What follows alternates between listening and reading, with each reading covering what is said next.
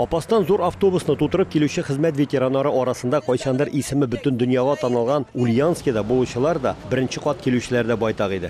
Ulyanga kelganim yo'q edi. Bir martaba qiriyindan gina uzib ketarga to'g'ri kelgan edi. Mana ega shusha kelib chiqarga sabab bo'lg'achdan bek shotlandik. İpteşim de kelmekşi eli, o kelolmadı.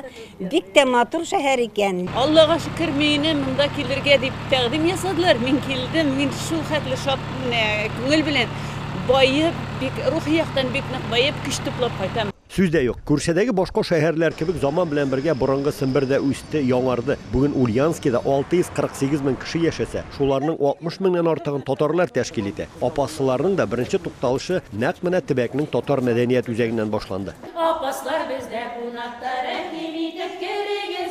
Opaslar bizda qonaqda rahim etib kerigiz.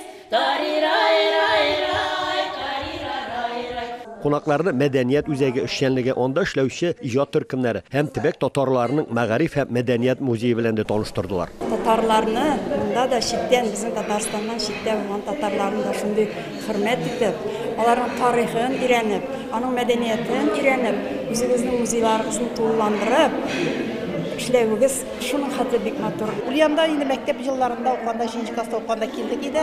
No hazır bir o'zgargan. Bu vaqtda endi ciddi biz avtobus bilan keldik, o'quvchilar bilan endi birga qaradik.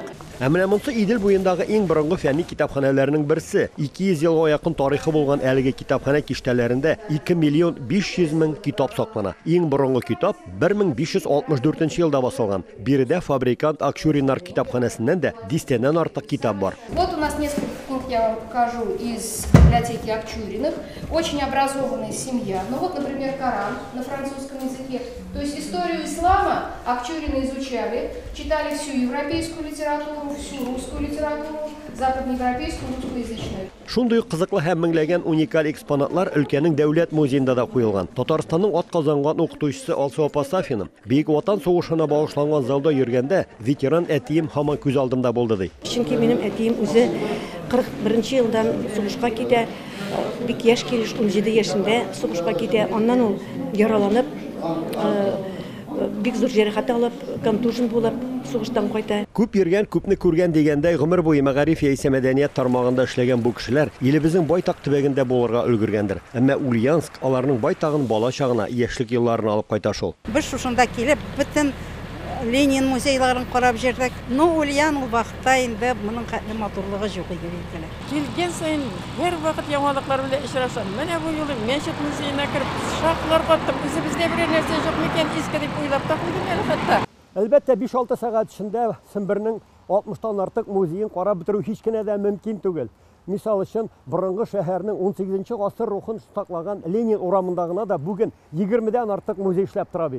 Vaqtlar bo'lsa da opaslar Simbirning Jamiq masjidin, ondagi islom muzeyin qarami ketmasga bo'ldilar. Shahar muhtasibi O'ristam Hazrat Safin sayohatchilarni bu yoqlarning diniy turmushi, uning birinchi masjidlari, imomlari haqida siladi. Erkenler atnalığı şimdi biz endi o'yladishdik da Ulyanga kelerga o'yladik.